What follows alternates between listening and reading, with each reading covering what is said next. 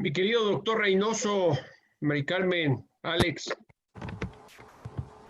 Hola, ¿cómo están? ¿Cómo Buenos estás, días. Víctor? Pancho Mariscal, ¿cuántos años? ¿Dónde te Los has metido? Pues ya ves, en un lugar que se llama puro problema y puro lío. Se te extraña por la UTLAP. Me dio mucho gusto. Gracias, gracias. Pues tú eres el único. No, No. gracias.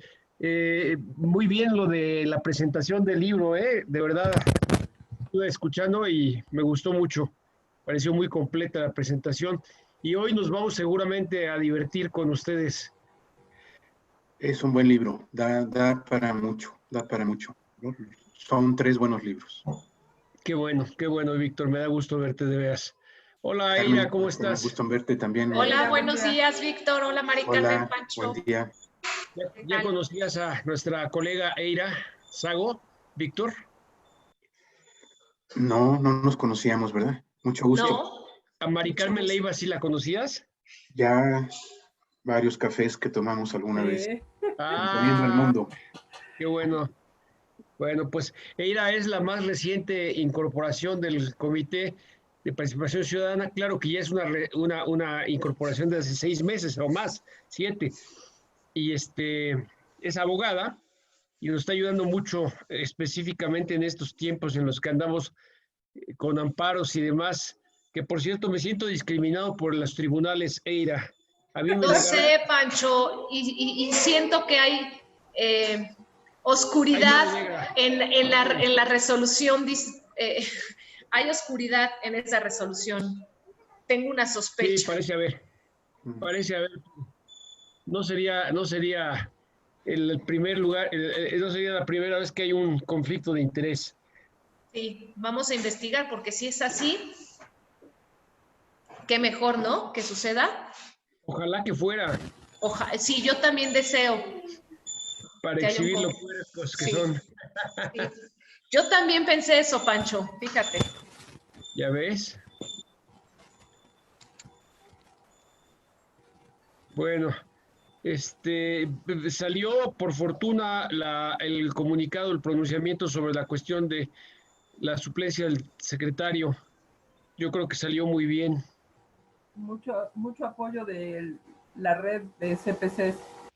Sí, por un lado, y por otro lado, Enrique Cárdenas también retuiteó en la mañana muy bien. Y pues al rato vamos a empezar a recibir los golpes, por eso también, pero pues para eso estamos, ¿no? No, pues ya tenemos ahí nuestras 2 clientas de siempre que ponen cosas en contra de nosotros, ya subieron Está bueno. que mejor renunciamos nosotros. La única diferencia entre nosotros y otros es que nosotros sí aceptamos la oposición y los comentarios en contra. Exacto. Y estamos dispuestos a aclarar lo que sí y lo que no. Así es. Oye, abogada, Dígame usted. este acuerdo del juzgado está mal porque mi apellido, mi segundo apellido está mal escrito, entonces no es para mí. También, sí, no, se lo suspendieron, no se lo concedieron a otro. A otro, entonces eso es Así lo es. primero que porque yo tengo un derecho cívico a conservar mi nombre Así inalterado. es. Y además es un atributo inalienable, intransferible, inmodificable y demás de la persona. No, No cambia. desde luego que hay que interponer el recurso de queja, pero yo creo que también hay que pedir que se deseche esto porque es para otra persona por un lado y por otro lado, pues yo creo que sí hay que pedir que se aclare el parentesco de esta persona con uno de los demandados, ¿no? Sí, habría que ver. Voy a hacer la investigación bien para ver si sí o si no y probarlo, Pancho. Yo creo que mejor nosotros lo probamos. Claro, sí. A mí me gustaría probarlo. Al fin que el registro del estado civil de las personas es una institución pública. Entonces,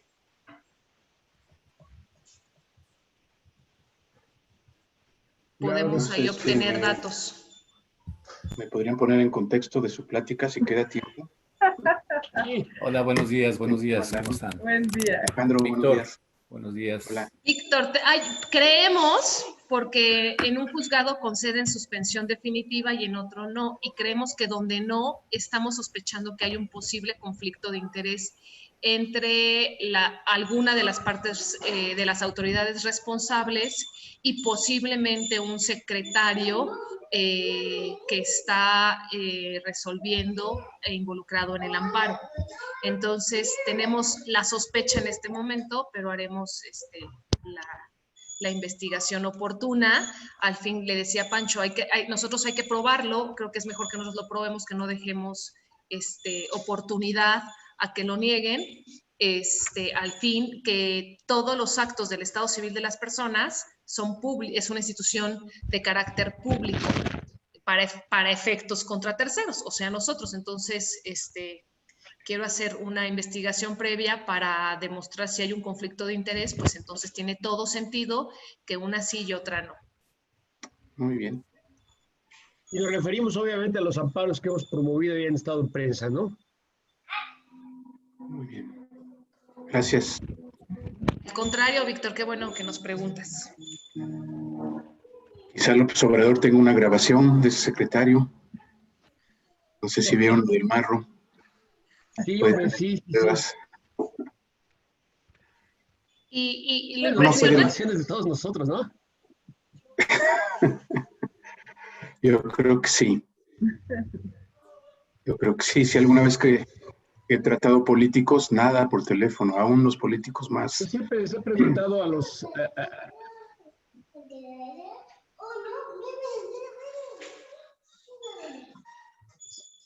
Pancho, no te no, pues escuchamos, claro. se cortó. Inclusive el celular lo tienen ahí y cuando van a decir cualquier cosa se lo ponen abajo de las piernas. ¿Sí, Digo, cierto? el celular Ajá. Sí. lo traen en la mano, pero si van a decir algo se lo ponen abajo de las piernas para que no los escuchen. Sí, hay que actuar así, ¿no? Como si todos estuvieras sabiendo, de alguna manera. Bueno.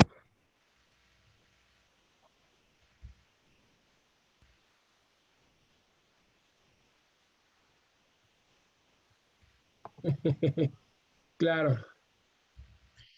Son las 10, Mari Carmen. ¿Qué Ay, te Dios. parece si Alejandro, ahorita nada más esperamos a Ale que se Ahora desocupe para dar lo que inicio?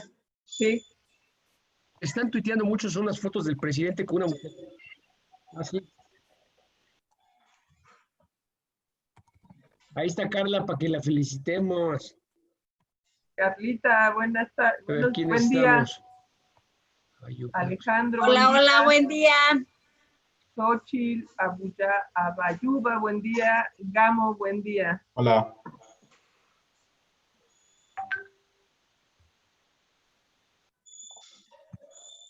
Bueno, normalmente hemos dado unos 5 minutos para permitir que la gente se conecte, porque empiezan a conectarse como a esta hora, ¿no? Sí.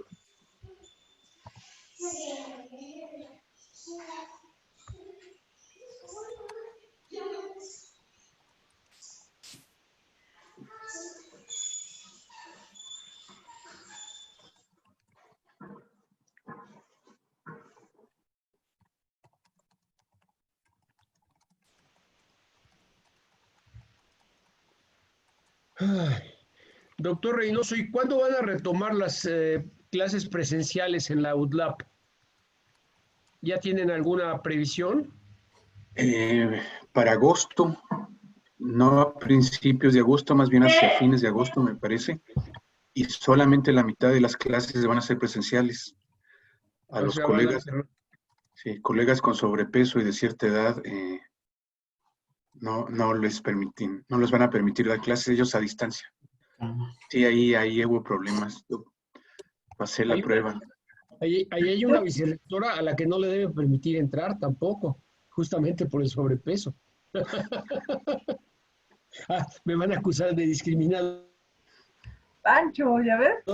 Simplemente soy observador. No, Me al preocupa contrario, la te salud. preocupas por su salud. Oye, lo primero es la salud. Sí. Itzel, buenos días. Hola, buenos días, ¿cómo están? Hello. Cristi, buen día. Bueno, vamos. Ya somos 12. Ya podemos jugar fútbol y tenemos uno de reserva.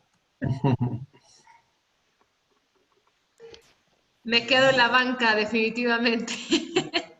Yo Y tú creo que estás, Ale está, ha de estar orientando a alguien para que se conecte.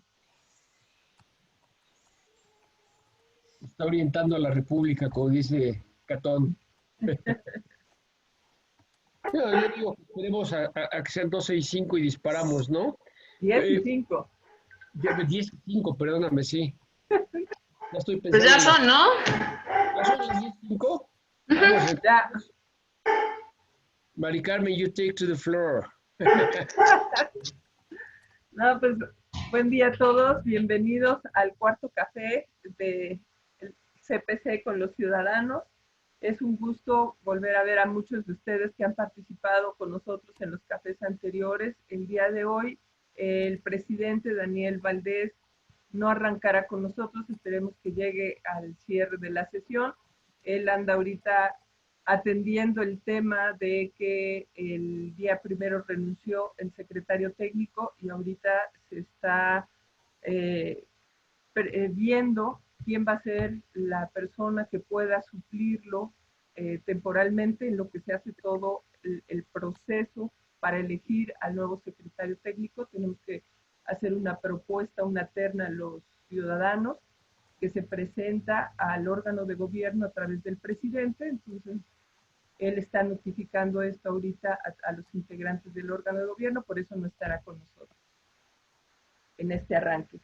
El día de hoy, el tema que vamos a ver es los comentarios a la presentación del libro que hizo PCCI y que tiene que ver con el dinero ilegal y elecciones en Puebla. Este libro son 3 tomos en realidad. Uno habla de la violencia en las elecciones que se vivieron recientemente en Puebla, el segundo de la operación de Estado que se tiene y el tercero habla de el manejo de los recursos, cómo se vende al mejor postor el voto, cómo se compra el voto y cómo se ha enriquecido los líderes de colonias, los líderes que manejan a los grupos sociales, cómo manipulan el dinero que de manera ilegal se allega a estas agrupaciones. Entonces, le damos la bienvenida a Víctor Reynoso, que está con nosotros. Muchas gracias. Hola, los gracias. comentaristas del libro.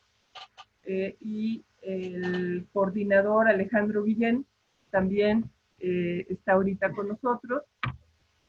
La intención es que los participantes conozcan cómo se han venido haciendo las elecciones y realicen sus preguntas, sus dudas a los creadores de estos libros para que en las elecciones que vienen no caigamos en los mismos errores, para que podamos tener realmente buenos candidatos y buenos gobernantes dentro del sector público para que el país, nuestro estado y nuestros municipios sean mejores, no caigamos en los mismos errores que hemos venido repitiendo año con año, elección con elección, sino aprendamos a tomar decisiones razonadas y busquemos a la mejor persona que nos pueda dar mejores soluciones en el país. Pancho, me gustaría que comentaras algo de lo que escuchamos, en lo que Alejandro se puede conectar con nosotros, de lo que escuchamos en la presentación del libro. Claro, con mucho gusto. La verdad es que se trata de una investigación muy exhaustiva, en la cual, bueno, para la cual hubo que dedicar 3 tomos en la edición que ya está disponible electrónicamente y supongo que también en algún momento habrá la edición en papel, ¿no, Víctor? No, bueno, no sé, yo no tengo que ver con eso. A mí lo que me gustaría es que quien le interese imprimirlo en papel, que hubiera algún método. Yo creo que sí debe haber algún medio. Yo quiero tenerlo en papel pero imprimir 1000 ejemplares creo que no tendría sentido en este libro y en muchos otros. Lo que yo Claro. quisiera es un método para que uno, el que quiera los imprima, tenga su libro encuadernado, que supongo que hay en alguna papelería clandestina, y clon, cosas de esas. No todo lo bueno es clandestino, Víctor. No todo. Bueno, lo que escuchamos fue que el trabajo es un trabajo de investigación, como decía, dentro de esta tendencia que cada vez es más valiosa para la sociedad, y no estoy hablando de la sociedad como un concepto político, sino de la sociedad como un concepto sociológico, ¿no? Es aportar una visión analítica, ordenada, sobre lo que está sucediendo en la realidad para tratar de explicar qué es esa realidad y por qué esa realidad nos impacta de alguna forma. Queda muy documentado en el trabajo, según yo pude escuchar por los comentarios de quienes hicieron la presentación en esta semana, que los límites de campaña que simplemente para la última contienda electoral en la que, bueno, la penúltima contienda electoral en la que los candidatos más visibles fueron la gobernadora que ya falleció y el actual gobernador, pues el límite de gastos de campaña era 44 millones y ninguno de los dos utilizó los 44. Marta Erika Alonso utilizó algo como 24 millones y Miguel Barbosa algo como 9 millones. En campañas en las cuales definitivamente pues es muy difícil creer que solamente invirtieron esas cantidades.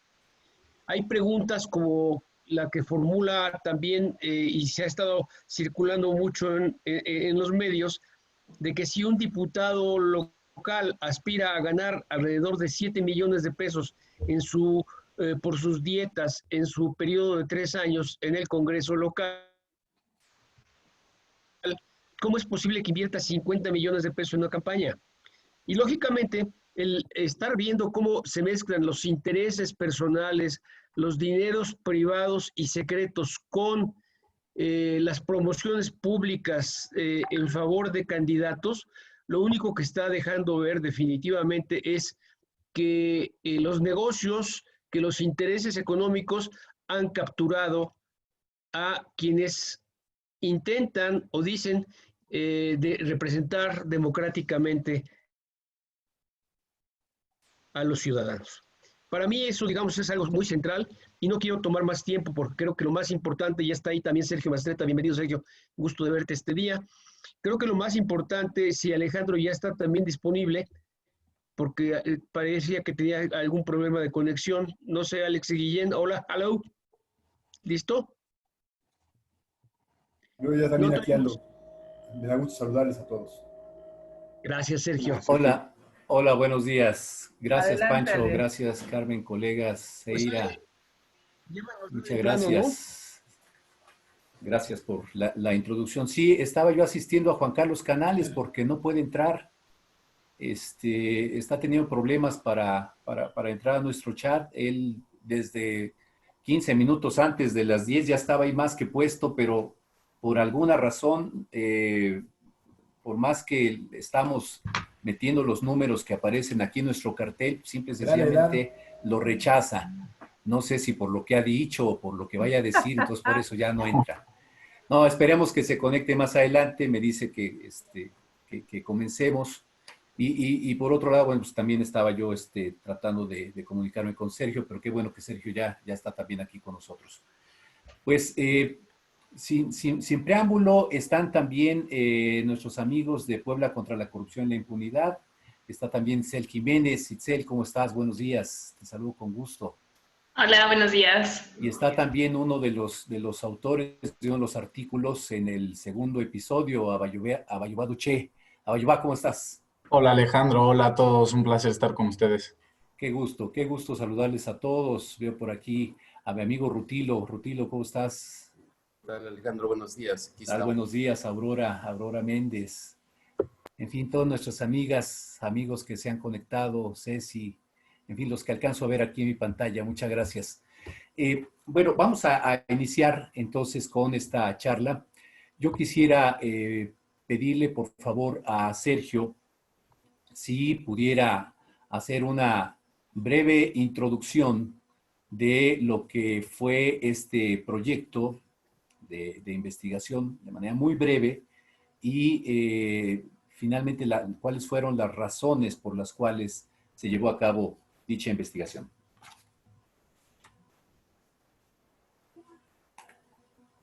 Sergio, está apagado tu micrófono. Ya, perdón. Una razón personal es la de mi voto violentado. Yo sí me lo tomé personal. Nunca lo había hecho, siempre había guardado la distancia periodística ante lo que veíamos que eran elecciones trampeadas. Desde el 83, que lo pude presenciar en Puebla, en el 74, cuando hubo algo similar, y más para atrás, la verdad que ya no estuve presente, porque era yo muy joven, o muy niño, o ya no estaba en Puebla. Pero del 83 en adelante, sí me tocó ver cómo el Estado controlaba todo. La del 89, por ejemplo, con la calificación de la elección a la semana siguiente de la elección municipal, en donde al PAN le quitan, aquí enfrente de mí, le quitan alrededor de 30,000 votos. Y al PRI le ponen otros tantos, en unas trampas que hacían a la luz del día. No, una cosa bien. Bueno, yo lo reporté. Soy breve. Ese arranque personal a mí me motivó a ir a fondo, a tratar de realmente conocer cómo opera el robo de las elecciones. Ese es el propósito de este libro. Empezó como una investigación reducida a este estricto campo de tratar de escuchar las voces de los operadores políticos, pero lo fuimos ampliando poco a poco.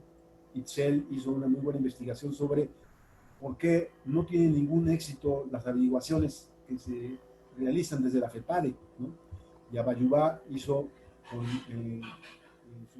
su compañero Guillermo un muy exhaustivo análisis de las secciones electorales y cómo se tradujeron estos cambios territoriales del voto en el Partido del Trabajo, en el Partido Verde, que le significaron a Barbosa perder en un año y ganar en el otro. Fíjense nada más. Entonces, esa dinámica se fue construyendo, la fuimos haciendo poco a poco. Alejandro intervino significativamente con una proyección más académica del estudio, ¿no?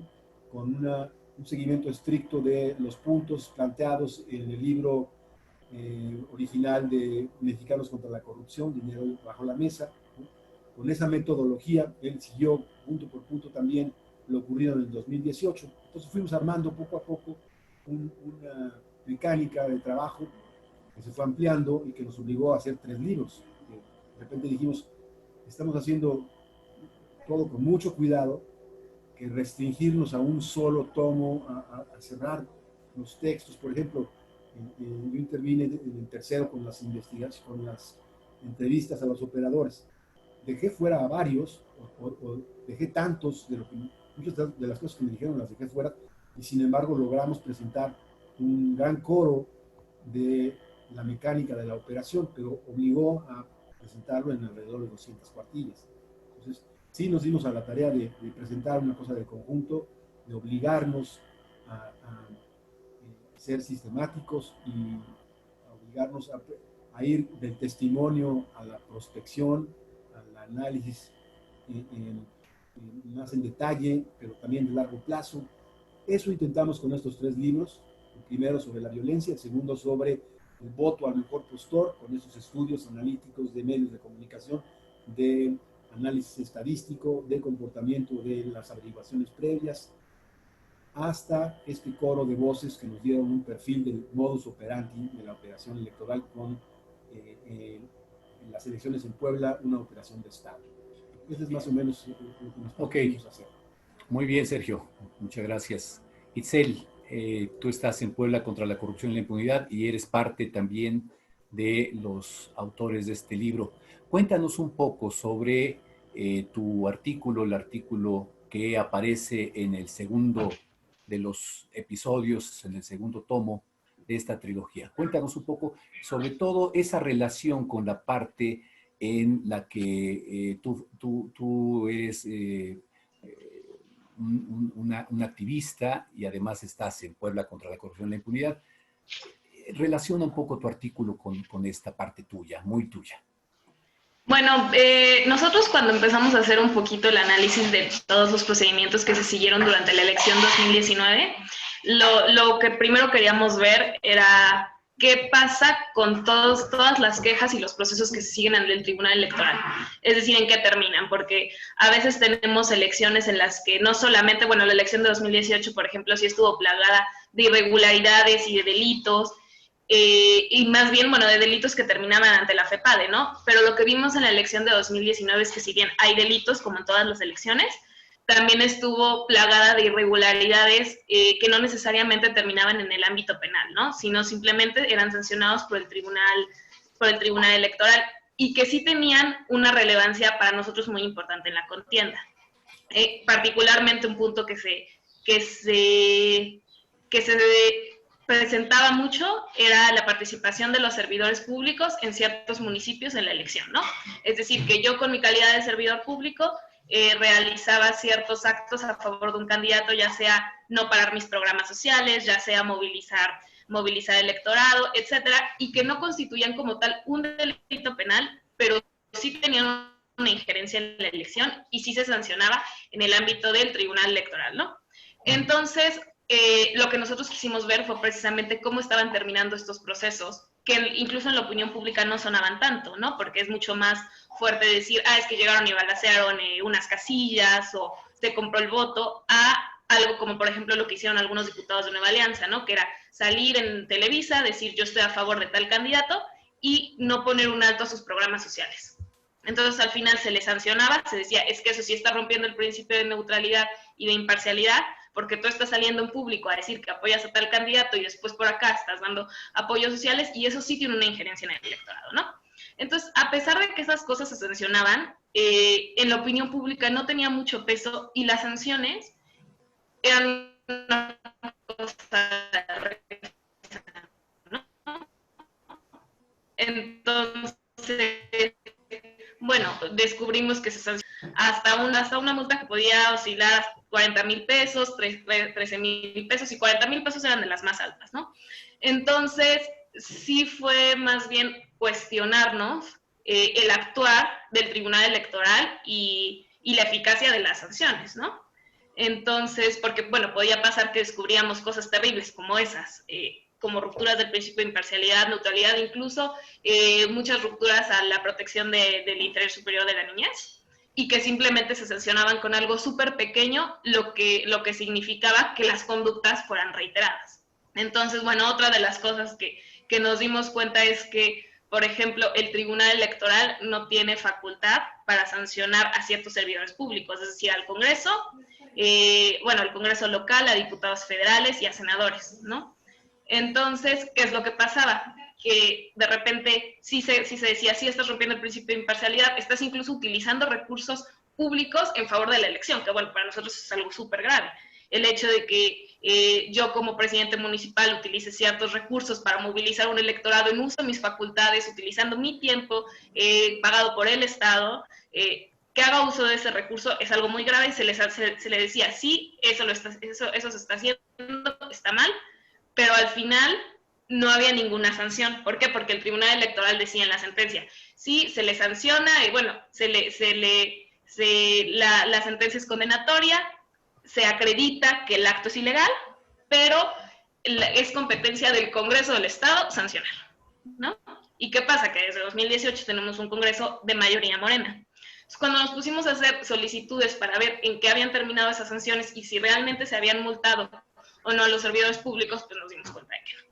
Entonces, son cosas muy pequeñas que a lo mejor no causan, como digo, tanto escándalo como algo penal, pero pues repercuten en la elección y hay un grado de impunidad enorme, porque a pesar de que se está reconociendo que hay actos ilegales, no se sanciona a ningún servidor público. Entonces, bueno, o sea, es a grandes rasgos eso es lo que quisimos ver. También intentamos hacer una comparación, ¿no? De qué actor político estaba realizando más irregularidades, a qué actor político se le había sancionado más, a qué actor político se le había acusado más, ¿no? Entonces, bueno, es un poquito lo que intentamos hacer.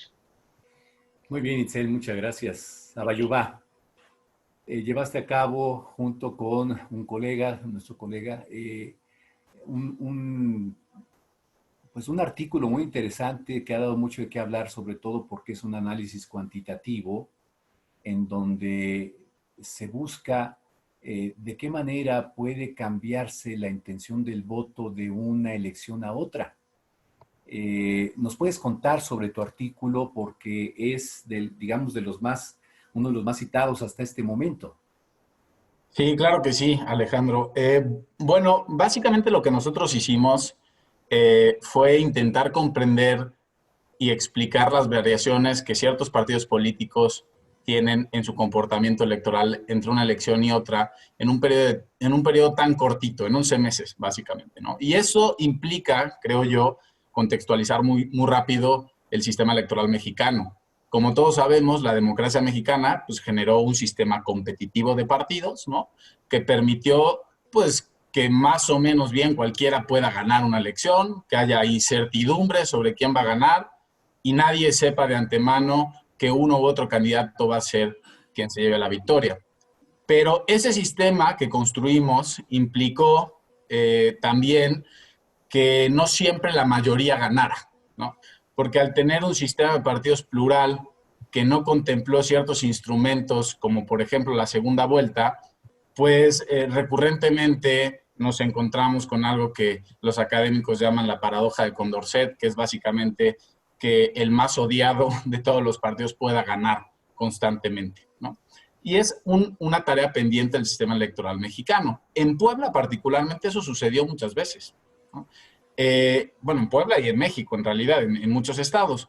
De hecho, lo interesante de este preámbulo es que la mayoría de las transiciones subnacionales en México se dieron gracias a que quienes ganaron al PRI entendieron perfectamente que tenían que jugar juntos para ganarle al PRI, ¿no? Es decir, hacer un voto anti-PRI y un poco polarizar la elección entre los que quieren el régimen pasado y los que quieren el régimen moderno. Rafael Moreno Valle es un ejemplo paradigmático de esa estrategia. Tuvo que hacer una amplia coalición que le ganara al PRI y le ganó al PRI en la elección en donde el PRI como partido unitario sacó la votación más grande de su historia, ¿no? Es decir, el partido que gobernó durante muchísimo tiempo todos los estados en México, incluido Puebla, perdió la elección en la que más votos sacó en toda su historia, ¿no? Y eso se logró gracias a la amplia coalición. Sucedió en Oaxaca con Gabino Cue, sucedió en muchos otros lados. Bueno, dejando eso claro, o esa contextualización clara, debemos entonces entender el rol que juega cada partido político. Y ahí nosotros nos atrevimos de una forma muy humilde a intentar categorizar los partidos de distinta manera. Por un lado, los partidos que han sido llamados satelitales, que son aquellos que se adhieren a los partidos principales, entendidos como los que son capaces de atraer mayor cantidad de voto, porque la marca en sí misma representa amplias bases de la sociedad o del cuerpo electoral, ¿no? Entonces nosotros entendemos que Morena, aunque era un partido nuevo, ya se comportaba como un partido grande, importante, ¿no? Y los otros eran el Partido de Acción Nacional y el Partido de la Revolución Institucional. Los partidos satelitales entonces complementaban ese tipo de votación y lo que vimos nosotros es que esos partidos fueron los clave en la elección de 2018 y en la elección de 2019. De hecho, es paradójico nuevamente, como en 2010, ver que en 2018 los partidos que acompañaron al PAN, es decir, el PRD y Movimiento Ciudadano, y bueno, los que ya no compitieron en 2019, que eran el Partido Compromiso por Puebla y el PSI, el Partido Social de Integración, le dieron la victoria a Marta Erika. La diferencia de votación que la hizo ganadora se lo dieron esos partidos. Contradictoriamente en 2019, 11 meses después, es decir, no pasó mucho tiempo, ¿no? Por supuesto que cada elección el ciudadano puede transformar su postura, puede cambiar de opinión, pero las transformaciones que vimos fueron drásticas, ¿no? Y no hemos visto en sistemas de partidos consolidados, ya sea en Estados Unidos en cualquier otro país con sistemas de partidos consolidados, que los ciudadanos cambien drásticamente de opinión de un momento a otro, ¿no? Lo cual en México te habla de una cosa, la debilidad del sistema de partidos, la falta de ideología dentro de los sistemas de partidos. Bueno, esa modificación la fuimos retratando, la fuimos describiendo y encontramos, creo yo, tres cosas muy interesantes, ¿no? La primera cosa que encontramos es que si bien la participación electoral cayó significativamente, es decir, cayó la mitad de una elección a la otra, lo cual creo yo era perfectamente esperable por las condiciones en las que se dieron, no todos los partidos cayeron a la mitad. Los partidos que llamamos los grandes partidos, ¿no?, cayeron casi a la mitad. El PAN pasó de 798,000 votos a 775,000. Morena pasó de 779,000 a 343,000. El PRI pasó de 554,000 a 273,000. Es decir, su caída fue relativamente similar a la caída de la participación. Pero cuando vamos con los partidos satelitales, lo que vemos es un comportamiento totalmente asimétrico. Vemos, por ejemplo, que el PRD cayó de 71,000 votos a 21,000 votos. 3 veces cayó su votación. MC cayó de 86,000 votos a 26,000, ¿no? Pero por el contrario, el Partido del Trabajo, que acompañó a Morena, casi no cayó. Cayó 3% su votación. Pasó de 129,000 votos a 124,000 votos. Es decir, es prácticamente idéntica la votación en un contexto en el que la participación electoral cayó a la mitad, ¿no? Lo cual ya prende un primer foco.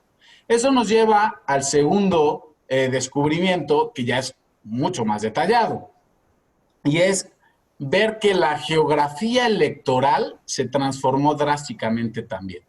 Entonces podemos ver, uno podría suponer, un argumento en contra de nuestro ensayo podría ser, oye, pues ese partido tiene un arraigo muy poderoso en sus bases electorales, la gente naturalmente vota por ese partido porque le cree al partido y lo ha hecho siempre, ¿no? Entonces, cuando comparamos el histórico de los partidos, vemos que su geografía electoral es extraordinariamente variable. Es decir, nunca repiten las mismas casillas, ¿no? Lo cual ya empieza a darnos una idea de que puede haber una operación electoral. Y si bien los votos no siempre son clientelares, y si bien los votos clientelares existen en todo el mundo, es verdad que en contextos con baja participación el voto clientelar, claro, juega un rol definitivo, ¿no? Importantísimo. Importantísimo. Ahí jugó un papel importante el voto que obtuvo el Partido del Trabajo y el Partido Verde Ecologista, que iban en alianza con Morena. Muy bien, sí. Muy bien, Abayubá. La verdad es un artículo interesantísimo, al igual que el de Itzel. Agradecemos la presencia de nuestra compañera del CPC de Nayarit, Carla Castañeda. Carla, bienvenida. Nos da mucho gusto que estés aquí con nosotros. El martes pasado se presentó este libro y los presentadores, tenemos aquí 2 de ellos, Víctor Reynoso, Juan Carlos Canales, que finalmente ya pudo conectarse con nosotros. Bienvenidos, Víctor, Juan Carlos. La primera pregunta la hago a Víctor, sobre todo por la exposición que hizo en la presentación. Tú distingues esta parte coyuntural del trabajo y distingues una parte estructural. Brevemente, Víctor, esta parte coyuntural y esta parte estructural, ¿qué nos enseña sobre todo para ir previniendo posibles nuevas fallas, tanto coyunturales como estructurales, en la elección de 2021?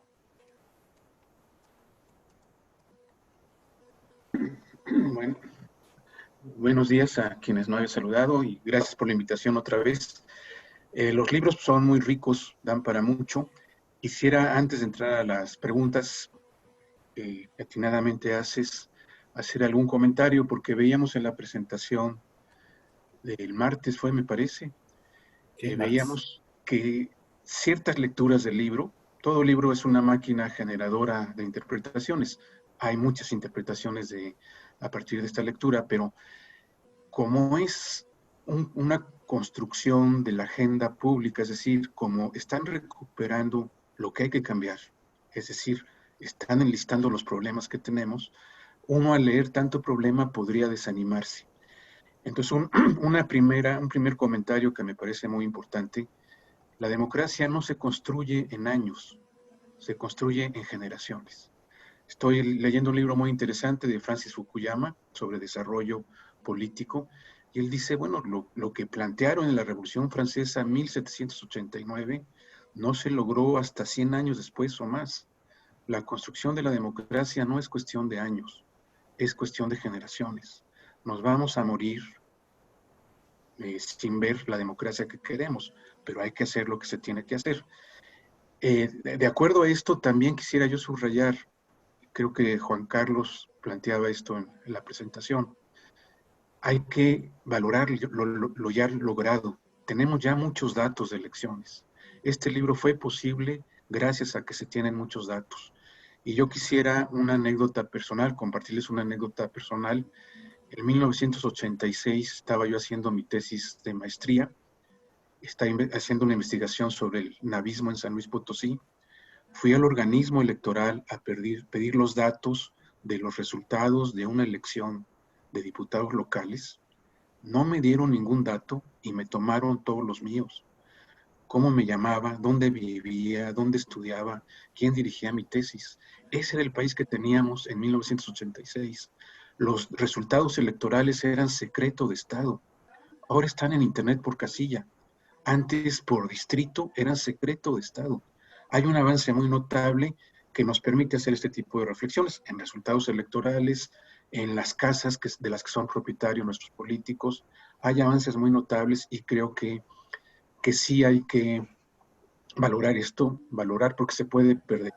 Ahí entro a lo coyuntural, la violencia que Sergio Mastretta ha subrayado muy bien, que desde que la vivió él a la salida de su domicilio, en la caseta donde le toca votar, bueno, muy cerca de tu domicilio, no sé si en la salida, esa violencia sobre la que tú llamaste la atención junto con muchos otros, creo que fue algo coyuntural, fue algo resultado de la decisión de una persona que logró armar un equipo político y que llegó a esos extremos y a muchos otros extremos.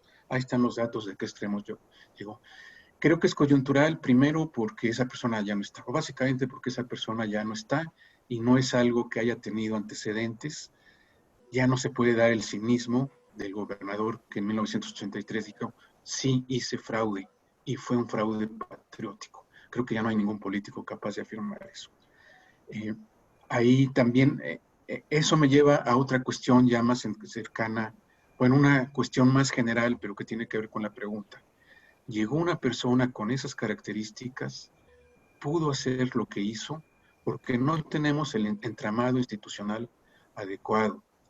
La democracia es mucho más que elecciones. La democracia es un entramado institucional, un conjunto de instituciones que abarcan el Poder Judicial, las comisiones de derechos humanos, abarcan a la sociedad civil, ciudadanos organizados que exigen cuentas, que presentan datos, que exigen datos.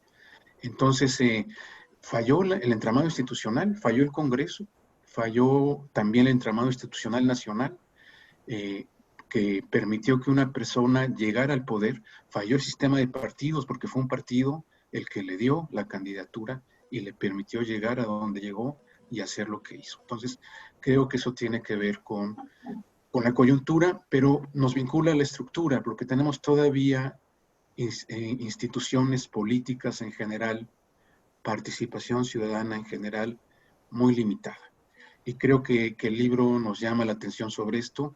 Hay que subrayar lo ya logrado, lo que ya tenemos, que se puede perder, y hay que subrayar lo que nos falta por hacer. Un último comentario, no sé si atendí tus preguntas, pero tenía otras ideas y tengo otra idea. Son libros que confían en el lector.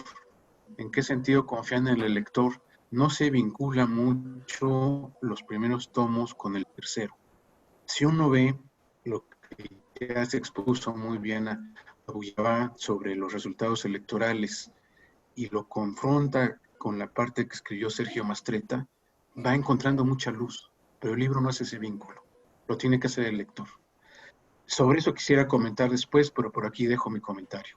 Si uno vincula el análisis cuantitativo con las entrevistas que hace Sergio, encuentra mucha luz sobre las dos cosas. Dejaré ahí un comentario, gracias. Gracias, Víctor. Interesante. Y sí, ciertamente confiamos en los lectores y sobre todo en no caer en el pesimismo general cuando uno lee toda la obra, ¿no? Y decir, bueno, pues es que aquí no funciona la democracia no sirve al diablo con las instituciones. No, al revés. Es precisamente para que se informe, tome conciencia y participe en estos asuntos, sobre todo en las elecciones que vamos a tener en 2021, que la participación va a ser fundamental. Juan Carlos Canales, ya de alguna manera Víctor comentó algo de lo que tú expusiste el martes pasado y a mí me gustaría entrar sobre todo en esto que tú dominas mucho, la filosofía y la cita que haces de Hannah Arendt y cómo lo relacionas con el libro que escribimos ahí con los colegas de Puebla contra la corrupción y la impunidad. Cuando citas a Hannah Arendt, La verdad y los hechos, y lo relacionas con el libro, nos gustaría que pudieras profundizar un poco más en este asunto, Juan Carlos. ¿Sí me escuchas, Juan Carlos? Está apagado tu micrófono, Juan Carlos. ¿Me oyes ahora? Sí, te escuchamos. Bueno, Hannah Arendt, sin duda alguna, es una de las grandes pensadoras políticas del siglo XX y aborda distintos problemas de carácter filosófico respecto a la política. Pero la idea general de Hannah Arendt es que la política detiene la violencia. Esa es la función de la política. Que ella vuelva a Homero. En Homero está posiblemente el primer tránsito de la guerra a la polis, y desde luego también la condición de la polis, además de esta desaparición de la violencia, es el reconocimiento del otro, de la pluralidad humana. Diría Hannah Arendt que la política se hace entre hombres, no apela a un hombre. Y entonces, digamos, lo que vimos nosotros en Puebla es un verdadero atentado contra la política, ¿sí? Además, luego que Hannah Arendt plantea, como buena republicana era, que los intereses privados tienen que tener límites en una sociedad. Eso no quiere decir que no reconozca el interés privado, ¿sí? Hay una gran discusión si Hannah Arendt era republicana o era una liberal. No, ella se asume como una republicana. Incluso cuando regresa a Alemania en los 50, una famosa entrevista que le hacen, ella incluso cuestiona la democracia como una cuestión cuantitativa. Es decir, lo que hay que estar es apegados a la ley, no al voto de las mayorías. En ese sentido es una republicana. Entonces, me parece que lo que vivimos en el 18 y en el 19, de distinto modo, es verdaderamente una crisis de la difícil construcción de la política que hemos hecho en México. ¿Sí? La aparición de la violencia. Otro tema que es fundamental en Hannah Arendt es el castigo al delito político que desarrolla en el trabajo sobre la banalidad del mal. Entonces, realmente lo que ocurrió en Puebla es un retroceso a la difícil construcción de la vida democrática que hemos tenido en México. Lo comentaba Víctor, lo comentaba yo. Finalmente, nuestras instituciones democráticas tienen muchas fallas, pero hoy nos garantizan, por ejemplo, indagar en la verdad política, en la verdad de los hechos de la que hablaba Hannah Arendt. Si hay una verdad factual, decía Hannah Arendt, por encima de las convicciones éticas, por encima de las verdades de razón, de las que hablaba Leibniz. Entonces, me parece que lo que ocurrió en Puebla no podemos permitir que se repita. Y esa es la importancia de un libro así. Dejar testimonio, pero sobre todo abrir una puerta a que el delito no se repita, ¿no? Esa es, digamos, la reflexión a partir de Hannah Arendt. Y yo también introducía un debate sobre el espíritu de la ley. Es decir, finalmente Montesquieu entiende que la moralidad en una sociedad es lo más débil que hay, y lo vimos a lo largo del siglo XX, por ejemplo, con el tema del antisemitismo. Alemania, en la década de los 20, será el país con menos antisemitismo de Europa, y apenas asciende Hitler en el 33 sobre el país con uno de los más altos niveles de antisemitismo. Entonces, la moralidad es, desde Montesquieu hasta la propia Hannah Arendt, lo más relativo. Pero para eso está la ley. Y lo entendieron los padres de la patria norteamericana. Jefferson, Madison, entendieron muy bien que ante el riesgo de la corrupción está la ley. Sin embargo, yo creo que tampoco es solamente suficiente la ley. Es decir, hay que crear una ciudadanía que entienda que lo que está en riesgo cuando renuncia a la política es la vida misma, como lo vimos en el 18 y el 19. Es decir, renunciar a la vida democrática nos pone en riesgo la vida en el sentido más básico del concepto. ¿Sí? Entonces, repito, creo que este libro es una gran elección a futuro y que no podemos permitir que esto se repita, que no podemos permitir este embate contra las instituciones que tiene hoy López Obrador. ¿Sí? Es decir, no podemos permitir un retroceso democrático, porque instituciones como la Comisión Nacional de Derechos Humanos, como el INAI, como tantas otras, son producto de mucha sangre que ha corrido en este país en la lucha por la democracia. ¿Sí? Entonces, están en juego muchas cosas, sobre todo en ese presente en el que estamos metidos de un modo tan siniestro. Creo que hay que crear una conciencia ciudadana para defender la vida, para defender la diferencia, para defender la pluralidad de la opinión pública. Hannah Arendt también vuelve al tema de la doxa en Platón, los primeros diálogos platónicos, los diálogos socráticos, que la condición no es la verdad absoluta, ideal del segundo momento platónico, sino la opinión, claro, una opinión argumentada y sostenida en hechos. Esa sería mi primera participación. No sé si me oigan o se perdió. Nuestro compañero Alejandro, el internet se le cayó. Seguimos con los comentarios. Gracias, Juan Carlos.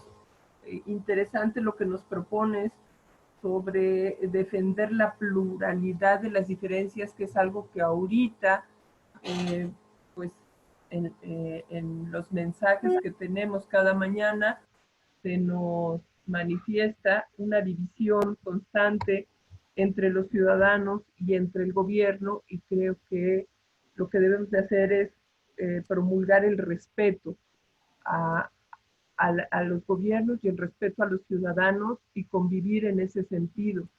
Claro. Ya, Alejandro, bienvenido. Perdón, se fue el internet por un momento y me desconectó del mundo.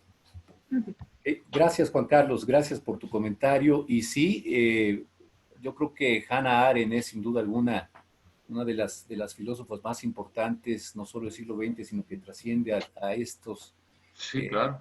Inicios del siglo XXI.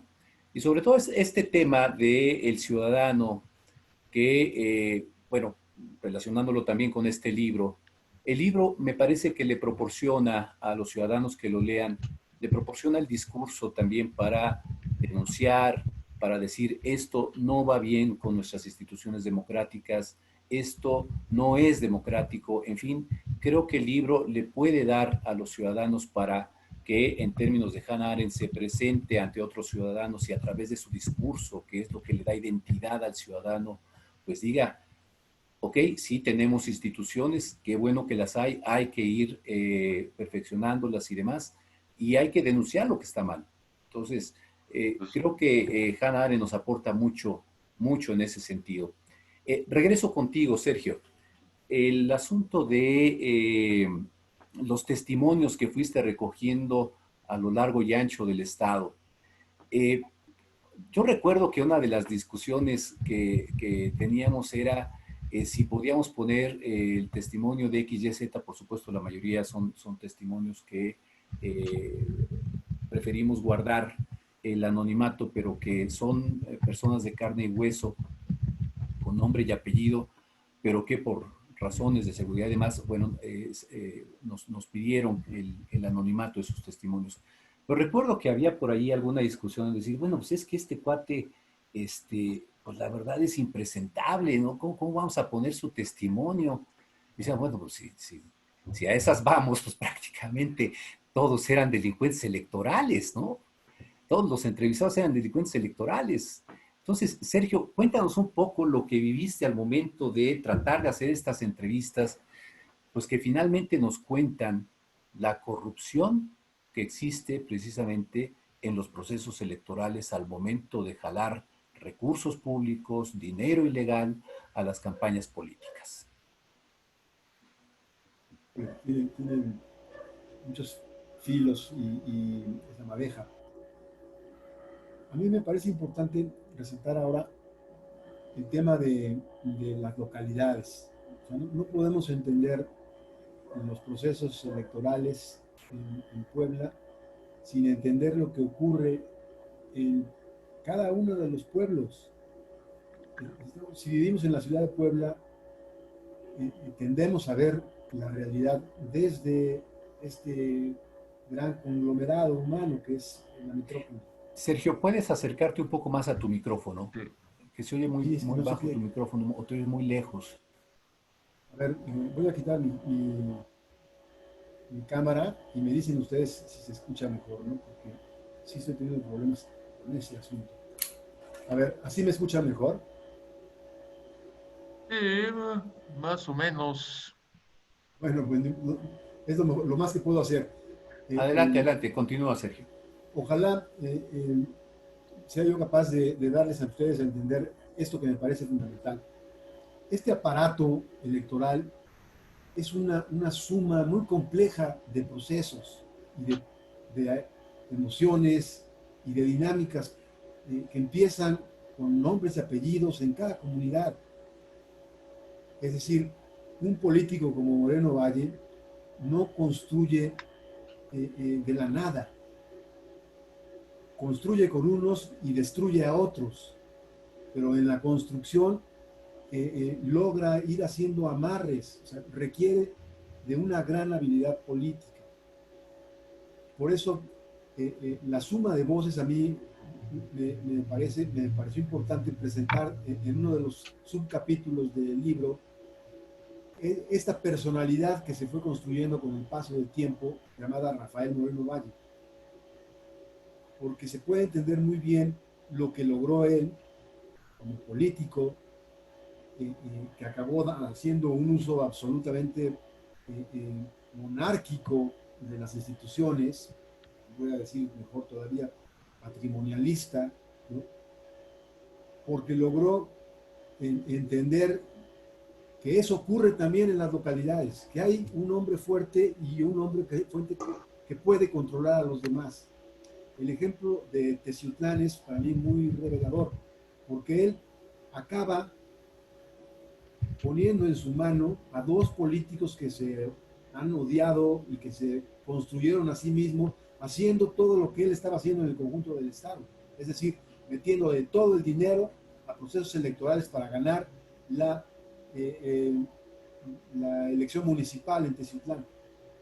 Me refiero por un lado a Vázquez y por otro lado ay, se me fue el nombre de este cuate, Grau, a Peredo Grau. ¿No? ¿Cómo construye Rafael Moreno Valle en esa muy compleja región de Teciutlán el control absoluto para poder haber sometido a los poderes locales? Entonces, eso a mí me permite decir, a ver, ocurrió en Zacapuaxtla y ocurrió en Huauchinango y en Jicotepec, lo fue logrando a base de no solo de dinero, sino de habilidad política. Entonces, yo con esto quiero darles a entender que la construcción de un aparato electoral es con el tiempo y está sometido a un montón de pequeños procesos que en su suma producen un Moreno Valle. Ahorita lo podemos contrastar con Barbosa, porque Barbosa, para ganar la elección, tuvo que hacer uso de poderes fácticos que el año anterior estuvieron en su contra. Gali,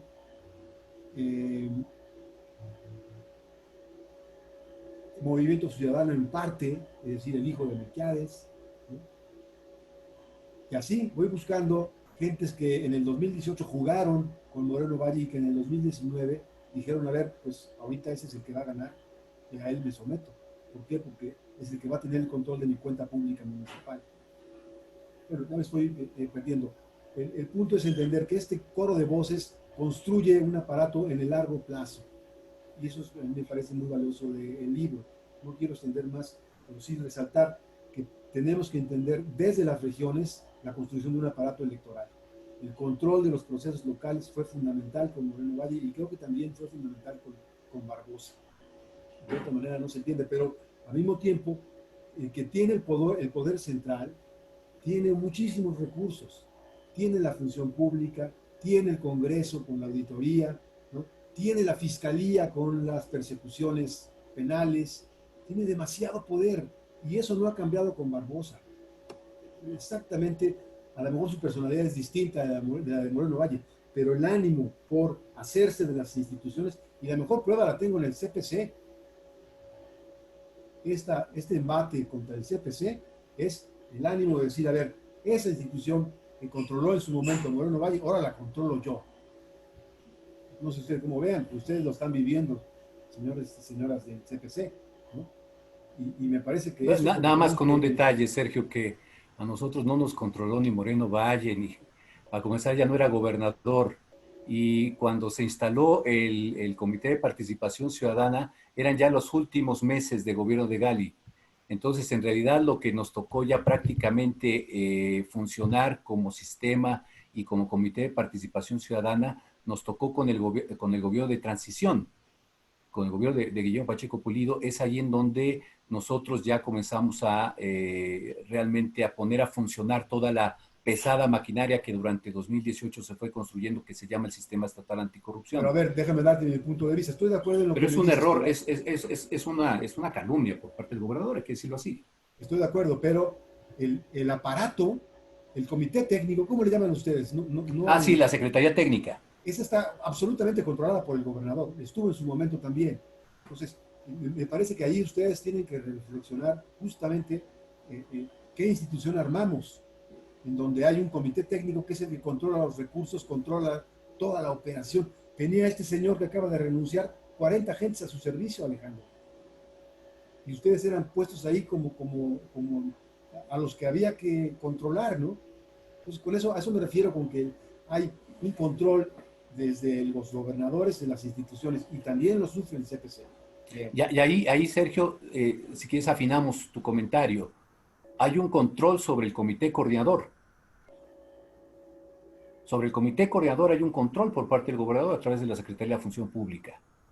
Y controla a cada uno de los miembros del comité coordinador, entre otros, a los que se supone son organismos autónomos. Ahí sí. Ese es un poco mi punto. ¿Qué hacer para que no ocurra? Pues movilización de los ciudadanos. Y yo en efecto. No sé, el ánimo de este libro es justamente saber en dónde tenemos que poner el ánimo y el espíritu cívico para defender las instituciones del embate patrimonialista que tienen los gobernadores. Así es, Sergio. Y mira, finalmente, para pasar a un último comentario de Víctor y de Juan Carlos, finalmente estamos hablando al mismo tiempo de dos instituciones que son producto de luchas ciudadanas.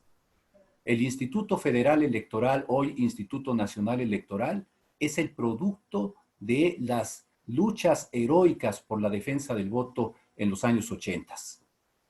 El Sistema Nacional Anticorrupción y el Sistema Estatal Anticorrupción son instituciones producto de las luchas ciudadanas precisamente porque vieron que la situación de corrupción ya era intolerable, sobre todo después del asunto de Ayotzinapa, y por eso se presionó al gobierno de Peña Nieto y al Congreso en su momento para que saliera la ley que le dio origen a el sistema anticorrupción. Entonces, ahora que lo que estamos viviendo en efecto son golpes muy fuertes a estas instituciones que son fundamentalmente ciudadanas y que han tratado más o menos de salir de los controles gubernamentales. Y sí, tienes toda la razón.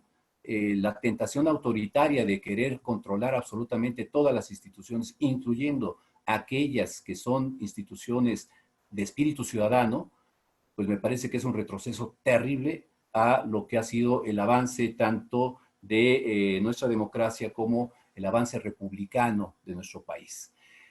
Víctor, dejaste allí un comentario al final de tu intervención anterior. ¿Quisieras retomarlo y hacer vamos cerrando ya nuestra conversación? Ya no me acuerdo qué comentario fue. Es que surgen muchas cosas de lo dicho, surgen muchas cosas. Pero recupero un comentario tuyo y una preocupación muy válida.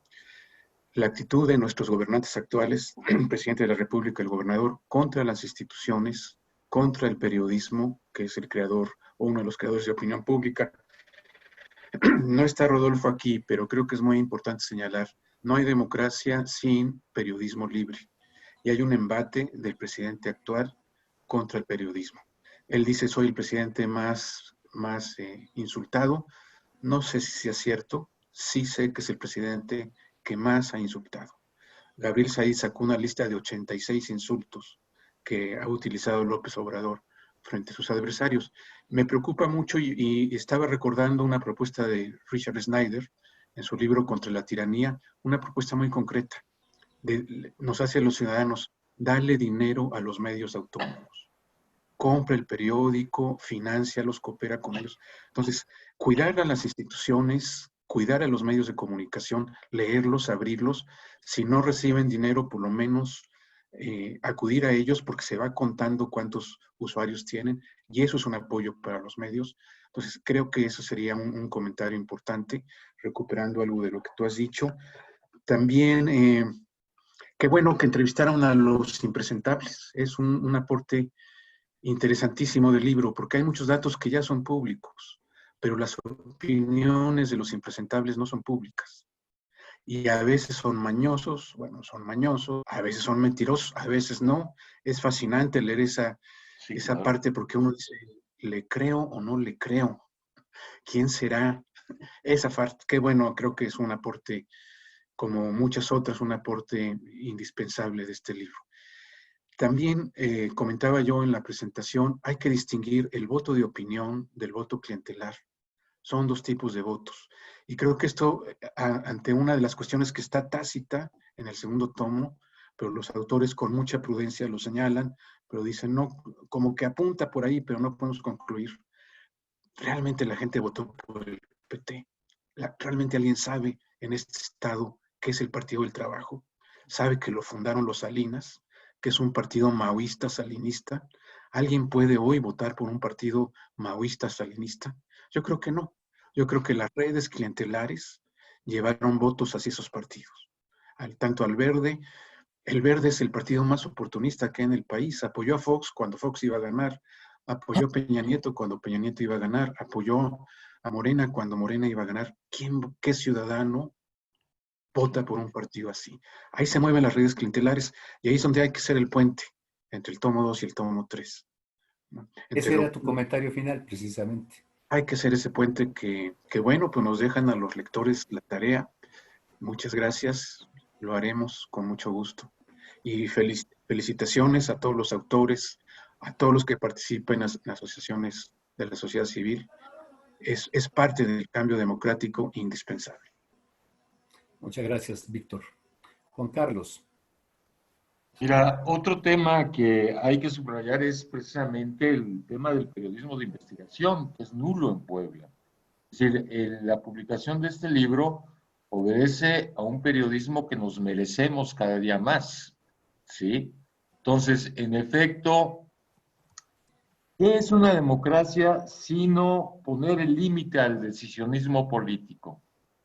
Horizontalizar las instituciones, es decir, mientras más instituciones tengamos que limiten el decisionismo del Ejecutivo, mientras más instituciones tengamos que transparenten el uso de los recursos, y también mientras tengamos una prensa más profesional, vamos a poder construir la investigación. Entonces, también hay que señalar que estamos ante un libro singular en la historia del periodismo en Puebla, ¿no? Un periodismo de investigación que no se hace, claro, porque es muy caro el periodismo de investigación, pero también nosotros, esto que tú dices, los ciudadanos tenemos el papel central porque en la medida en que ejerzamos presión contra los poderes, se van limitando, uno. Y también en la medida en que seamos lectores más exigentes, más críticos, la prensa va a tener otros límites, ¿no? Entonces sí hay que señalar el aporte de este libro a un trabajo inédito en Puebla de periodismo de investigación, es decir, que nace periodismo de investigación. Rodolfo Ruiz, Sergio, y párale de contar, ¿sí? Y tenemos que apostar por ese periodismo, pero eso también depende de los lectores, ¿no? Hannah Arendt decía que cuando se renuncia a la política, se abre el espacio a lo más peligroso en una sociedad. Ojalá que como ciudadanos entendamos que en la medida en que renunciemos a nuestra participación pública, le estamos abriendo el espacio a los peores poderes de una sociedad, ¿no? Entonces, entendía la anécdota que cuenta Sergio de su hija Paulina. Es cierto, yo misma la viví, no sé si a ustedes les pasó con el libro.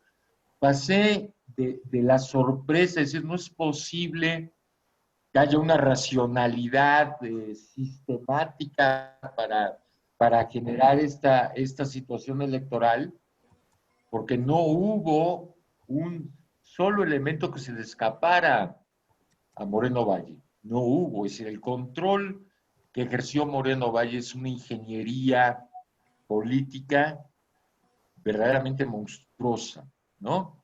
Como no habíamos visto en Puebla, es decir,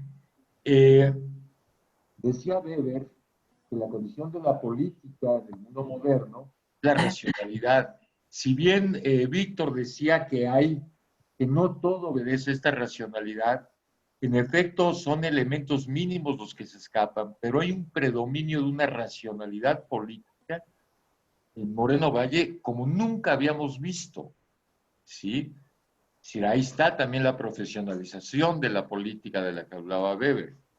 Entonces, pero lo que tenemos que entender es que si renunciamos a la acción, para usar un término arendtiano, con Arendt, ¿no? Estamos abriendo el espacio a los peores poderes, ¿sí? Y lo que está en juego es nuestra vida, es nuestra calidad de vida, ¿sí? Entonces, en un artículo que acabo de escribir, decía que la democracia es perfectible, la condición de la democracia es perfectible. Los únicos sistemas perfectos son los sistemas autoritarios. No era perfecto el sistema hitleriano para Hitler, no era perfecto el sistema de Stalin para Stalin. La democracia siempre es perfectible. Así es. Eso es algo que tenemos que entender. Así es, así es. Lo segundo es que lo que está en juego es nuestra vida en la polis. Vean cómo está Guanajuato. Vean cómo está el país en general. Es decir, no es un excedente participar en la vida política. Y más hoy en este nexo entre política y vida, la biopolítica, hoy más que nunca está en juego nuestra calidad de vida, nuestra calidad de ciudadanos. ¿Quién de nosotros se atreve hoy día a salir en la noche? Nadie. Nos arrebataron el espacio público. No lo podemos permitir. Esa sería mi conclusión. Entonces, hay que pasar a la acción y finalmente el país no es nuestro, no es ni del PT, ni de Moreno Valle, ni de nadie, es nuestro. Y hay que ejercer, ¿no?, esa propiedad pública, ¿no?, porque es un legítimo derecho. Tienes toda la razón, Juan Carlos, toda la razón. Víctor, quería hacer una precisión y pasamos rápidamente a los comentarios de quienes nos acompañan también en este diálogo. Bueno, un comentario creo muy importante. Hay que participar, hay que fortalecer nuestras instituciones. En 2021, por primera vez desde 1933, vamos a poder reelegir a nuestros diputados locales en Puebla y a nuestros diputados federales. Entonces, hay que seguir a nuestros diputados. ¿Quién es el diputado de mi distrito? ¿Va a querer reelegirse o no? Voy a darle mi voto en el caso de que quiera reelegirse o no. Por primera vez se va a dar este vínculo entre diputados y ciudadanos que permite la reelección inmediata y en la misma Cámara. Esto es muy importante. Y los comentarios de Juan Carlos me recordaban una frase de Luis Aguilar Villanueva: lo público es diverso, pero no adverso de lo privado. Si queremos tener una buena vida privada, necesitamos una buena vida pública. Gracias. Gracias, Víctor. Pasamos rápidamente, ya muy brevemente, porque ya el tiempo ya se agotó desde hace 12 minutos. Entonces, pasamos rápidamente a algunos comentarios de ustedes, con mucho gusto. Aurora Méndez, tenías un comentario. Muy breve, por favor. Pues primero felicitar por este libro, que ojalá hagan una presentación más amplia a los ciudadanos, que conozcamos cómo está la problemática en Puebla, y los felicito porque fue una etapa muy negra la que pasamos, en la que hemos estado viviendo finalmente. Bueno, yo quisiera comentarles una experiencia que tuvimos. Hicimos convenios con 2 ayuntamientos, ahora apenas se está viendo con este ayuntamiento, y con el Estado también lo hicimos, en el aspecto del PEBE, Programa Electoral para el Blindaje, Programa para el Estado del Blindaje Electoral. Participamos como Contraloría Ciudadana, no pudimos abarcar, a pesar de haber pedido apoyo a otros ciudadanos, otras organizaciones, pero bueno, lo único que pudimos abarcar fue pruebas aleatorias en cuanto al parque vehicular que utilizan los vehículos pues para fines electorales en todo el interior del estado, en este caso con el gobierno estatal, y el municipal se presenta la misma problemática de que no están rotulados, no hay un inventario al día, son de las observaciones que tenemos pendientes con ellos de que las arreglen, y pues hacen con los vehículos lo que ellos quieren, definitivamente. Sí, tenemos todo en un expediente muy bien documentado, esa forma de participación, de ver según que los edificios estuvieran cerrados, etc. Definitivamente ustedes tocaron un punto de la participación ciudadana, ¿sí?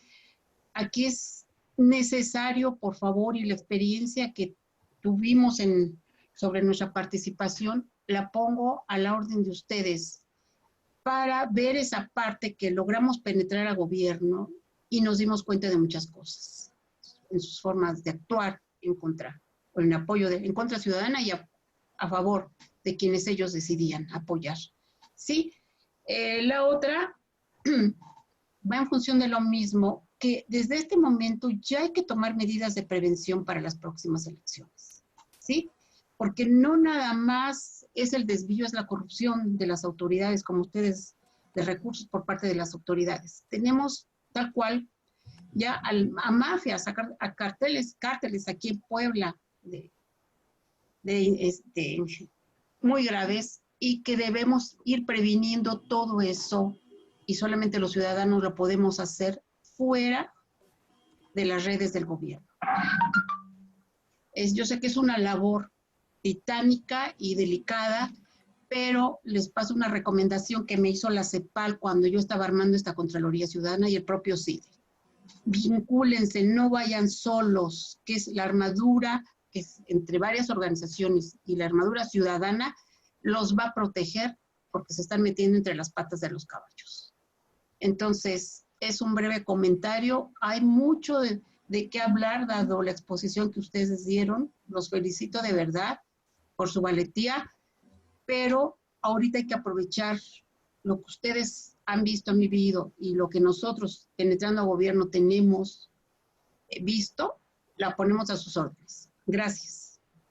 Muchas gracias, Salvador. Sí, tienes toda la razón. Si no vamos acompañados de los ciudadanos, de las organizaciones de la sociedad civil, de las universidades, pues simple y sencillamente nosotros corremos ya muchos riesgos. Sí, Alejandro. Hay algunos comentarios aquí. Gamoa. Gabriela. ¿Es Gabriela? No, es Adriana y es de GAMO. Ah, Adriana. Grupo okay. De mujeres, de apoyo a mujeres oncológicas. Ah, muchas gracias. Gracias por estar con nosotros. Hay un comentario escrito aquí de Adriana que nos dice, tenemos cómo transparentar, pero cómo obligarlos a hacerlo. Es una obligación porque no nada más somos nosotros, son nuestros hijos y nietos, pero debemos ser debemos ser entes de actuación y cambio. Felicitaciones por tanto trabajo. Muchas gracias. Gracias por el comentario. Y bueno, cerramos. Muchas gracias. Buen comentario. Cerramos con algún comentario de mis colegas, algo que quieran agregar antes de que cierre yo la conversación de hoy.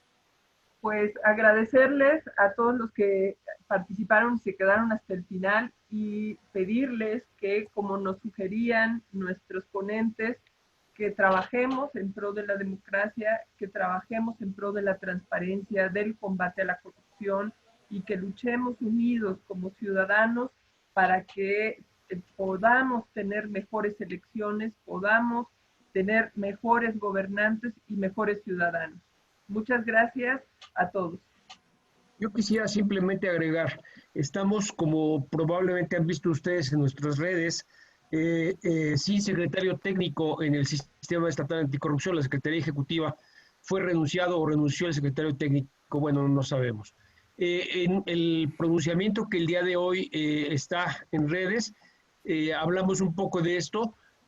Es muy importante que tengamos buenos candidatos para seleccionar una terna, porque somos nosotros 5, los del CPC, los que vamos a proponer la terna para encontrar un nuevo secretario técnico. Por favor, si conocen perfiles, si quieren orientación sobre qué se necesita, cuál es el perfil, dónde está en la ley, comuníquense con nosotros. Necesitamos la ayuda de la ciudadanía, de las organizaciones, de la academia, de la gente pensante, de gente como Sergio. Por favor, ayúdenos a encontrar buenos perfiles para que propongamos una terna valiosa y el órgano de gobierno no pueda hacer otra cosa más que seleccionar a una de las 3 personas propuestas que tenga un excelente perfil y que entienda la necesidad de que, haciendo su trabajo gubernamental, lo haga con respeto a los ciudadanos. Gracias, Pancho. Allí está la invitación. ¿Algo que quieras agregar, Eira? Gracias. Simplemente creo que es un momento que viene muy oportuno la publicación del libro, porque finalmente, como ya lo dijo Aurora, se avecinan tiempos difíciles, tiempos que tenemos que luchar por una democracia y dejar claro que solo los ciudadanos, siendo ciudadanos, yo insisto y reitero que tenemos que volvernos ciudadanos cada vez más informados, y siendo ciudadanos más informados, seremos observadores muchísimo más audaces y las autoridades tendrán que pensar 2 veces en hacer malas cosas. Entre mejores ciudadanos seamos, creo que tendremos a unos autoridades mejor vigiladas. Y por supuesto los ciudadanos no podrán controlarlos como controlan todas las estructuras gubernamentales. Entonces, ese es mi comentario de cierre. Creo que seguimos luchando y este Comité de Participación Ciudadana seguirá luchando por ser ciudadanos informados, por estar en búsqueda de la verdad, pese a las adversidades que hemos enfrentado. Y muchas gracias a todos por estar aquí. Muy oportuno el libro, los 3 ejemplares que hoy pues son una cosecha, pero vuelven a sembrar y vuelven a iniciar una luz para todos los ciudadanos para estar presentes, para estar activos y proactivos en beneficio de unas mejores elecciones o unos mejores candidatos, ¿no? Yo creo que necesitamos gente más competitiva. Muchas gracias a todos. Muchas gracias, Eira. Bueno, pues con esto vamos cerrando ya nuestra charla de hoy. Les agradecemos enormemente que hayan estado con nosotros. Nada más quisiera yo puntualizar que tan ciudadanas, ciudadanos, somos la gente que no tenemos partido, como las gentes de los partidos. Hay personas en los partidos que son gente valiosa, que parece que están dando también su batalla. Y aquí lo que estamos haciendo con este libro publicado por Puebla contra la corrupción y la impunidad, lo que estamos haciendo es precisamente denunciar a los malos ciudadanos, a los que han desvirtuado de alguna manera o de una manera muy grave, han desvirtuado lo que es lo que son los procesos electorales, lo que son las campañas políticas, lo que es el voto libre y secreto, y se ha desvirtuado precisamente porque subyace en todo este proceso la corrupción. Entonces, sí, nosotros por lo menos en el Comité de Participación Ciudadana y en Puebla contra la corrupción y la impunidad, nosotros tenemos muy claro que todos y todas los que nos decimos ciudadanos, tengamos partido o no tengamos partido, somos gente de buena voluntad que queremos que nuestra democracia funcione, que vaya teniendo un mejor desempeño y mejores resultados.